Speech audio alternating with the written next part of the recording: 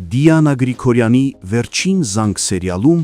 Անգելինան այս օրերին շատ մտածելու, վերարժևորելու փուլում է։ Որքան խորանում է տեղի ունեցածի մեջ, որքան դիտարկում է մոր ու հոր պատմությունը, Աննայի ու Սոսի հարաբերությունները, այնքան ավելի հաճախ է մտովի վերադառնում անցյալ։ Եվ այդ անցյալը նրան մի ցավոտ հարցի առաջ է կանգնեցնում. իսկ միթե Աննան իսկապես պայքարեց իր սիրո համար։ Եթե իսկապես ամեն ինչ այդքան մեծ ու մաքուր էր, ապա ինչու թողեց Սոսին, ինչու հանձնվեց, ինչու չպայքարեց մինչև վերջ։ Անգելինան դեռ չի պատկերացնում ամբողջ սարսափը, որը կուլ էր տալիս իր մայրը այդ տարիներին։ Նա չգիտե, թե իրականում որքան դաժան էր համակարգը, որքան վտանգավոր էր մորաքրոջ Լիլիթի դերակատարությունն այս ողբերգության մեջ։ Եթե միայն իմանար, որ հենց Լիլիթի թեթև ձեռքով են բացահայտվել Սոսի ու Աննայի գաղտնի հանդիպումները, որ հենց Լիլիթն էր, ում գործած մի զանգը հասցրեց ամեն բան անդառնալի եզրին։ Նա զանգեց Միքայելին, տեղեկացնելով Սոսի զորամասից փախչելու մասին, ու հենց այդ ճակատագրական պահից էլ սկսվեց Միքայելի հաշվեհարդարի մութ փուլը։ Այդ զանգը դարձավ Աննայի դժբախտ կյանքի սկիզբը։ Միքայելը հասկանում է իր մեղքի ծանրությունը, բայց դեռ հույս ունի գոնե որդու կյանքը փրկել։ Նա հանդիպում է Անգելինային, փորձելով մեղմել իրավիճակը, սակայն Անգելինան այլևս չգիտե, թե ինչպես նայի Միքայելին աչքերի մեջ։ Նրա խոսքերը լսում է, բայց սիրտը փակ է։ Միքայելը փորձում է համոզել, որ Հենրին մեղք չունի, ասում է, եթե նա իրոք սիրում է Հենրիին, ապա գոնե դրա համար պետք է ների, բայց Անգելինան դեռ չի կարողանում ներել։ Մի քանի օր անց Միքայելը կրկին այցելում է նրան, շարունակում է խնդրել, խոսել որդու անունից, անգամ արցունքն աչքերին, իսկ Հենրին լուռ, բայց հուսահատ սպասում է։ Նրանց հերթական հանդիպմանը Անգելինան առանց բառե վերադարձնում է նրան ամուսնական մատանին։ Դա վերջնական լռությամբ ասված հրաժեշտ էր։ Սրտի ցավով, բայց անշրջելի որոշմամբ նա դնում է վերջ իրենց ամուսնությանը։ Իսկ այս ամենի զուգահեռ Սոսը չի սպասում ու անցնում է գործի։ Վերջին խոստումը, որ տվել էր ինքն իրեն, վրեժի խոստում էր։ Նա սկսում է հենց Բագրատից։ Մարդը, որ տարիներով ստվերում աջակցել էր Միքայելին, Սոսի ոչնչացման գործում։ Կեսգիշերին, մթության մեջ, Սոսը Բագրատին հանդիպում է այգում։ Խոսք չկա, միայն հարվածներ։ Ոչ ոք չգիտե, թե ինչ է ասել Սոսը վերջին հարվածից առաջ, գուցե ընդհանրապես ոչինչ, բայց առավոտյան այգու խոտերի վրա գտնում են Բագրատի դինը։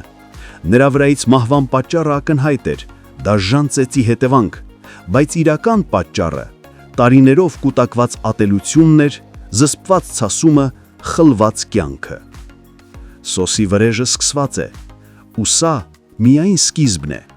բայց արդյոք այս ճանապարհի վերջում Սոսը կկարողանա նայել իր դստերին առանց ամաչելու աչքերի մեջ։ Արդյոք Սոսը ճիշտ է վարվում։ Գրեք մեկնաբանություն։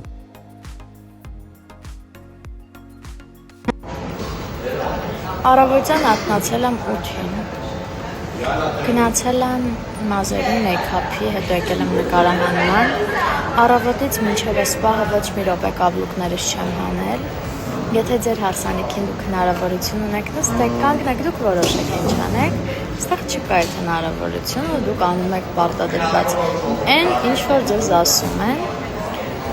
եւ առհասարակ մեր աշխատանքը շատ բարդ է։ Չեմ ուզում, որ խաբնվեք այդ ուրախ նկարներին։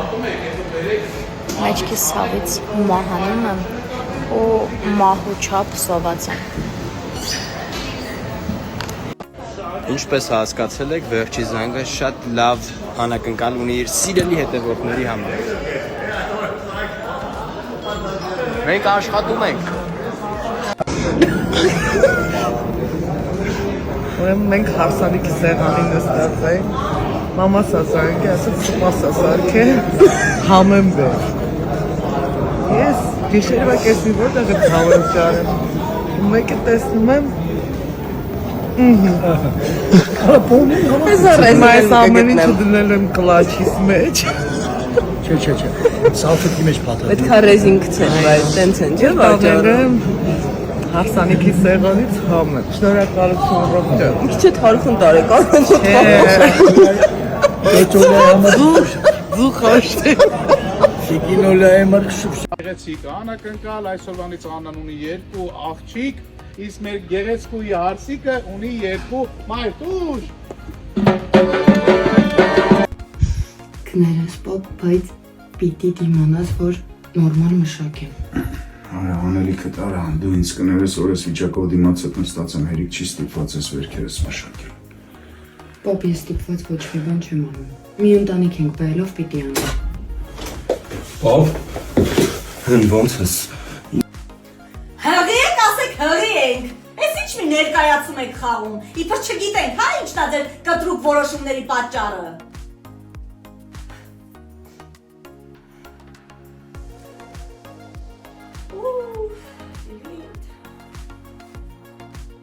Հարցեր եք տալիս հեռուստասերիալից, արդյոք մենք վերջում միասին ենք լինելու, անկեղծ չգիտեմ, իսկապես չգիտեմ ավարտը, մենք անգամ ընթացքը չգիտենք, բայց ըստ իմ լոգիկայի, ես որպես հեռուստադիտող, կարծում եմ, որ այո, շատ դժվարությունների միջով ենք անցնում, բայց եթե ուղիղ համեմատականներ տանենք իրականության հետ, ապա չէ, միասին չպիտի լինենք, որովհետև Եզակի դեպքեր են, երբ իրապես հաղթում է սերը ու ամեն ինչ լավ է լինում։ Իհարկե քուր ու եղբոր հետ կապված չէ, բայց սիրելու հետ կապված է։ Ունեմ վառ օրինակներ, որ չէ, իրականում սերը չի հաղթում։ Մենք կլինենք լավատես այս պրոյեկտում եւ կմտածենք, որ սերը հաղթելու է։ Փոքրիկ անդրադարձանել ձեր լավ մեկնաբանություններին, լավ խոսքերին։ Իսկապես դուք ինձ ողջևորում եք, ուժ եք տալիս։ Այն մարդը, ով ինչ որ գործ անում, դա կապ չունի ինչ գործ է, ու ֆիդբեք չի ստանում, չի ուզում աշխատի, մոտիվացիա չի ունենում աշխատելու։ Մի դեպք պատմեմ, նստել էի տաքսի, վարորդը եկել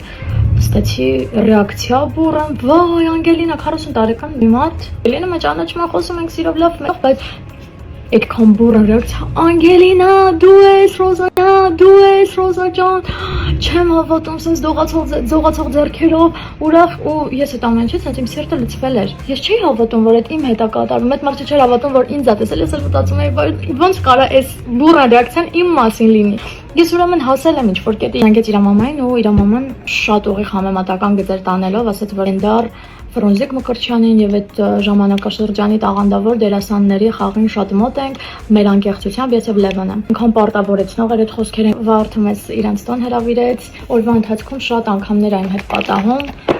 ու դա ինձ ուժ է տալիս, որ ես ավելի մեծ սիրով նկարվեմ ու աշխատեմ։ Երևում է, թե երբ ավարտվելու պրոյեկտը, նախնական տվյալներով ավարտվելու է դեկտեմբերին, եթե դեռ թարմացումներ չկան մեր պրոդյուսերի մոտ, իրականում, երբ որ ես մտածում եմ, որ մեր պրոյեկտն ավարտվելու է, ես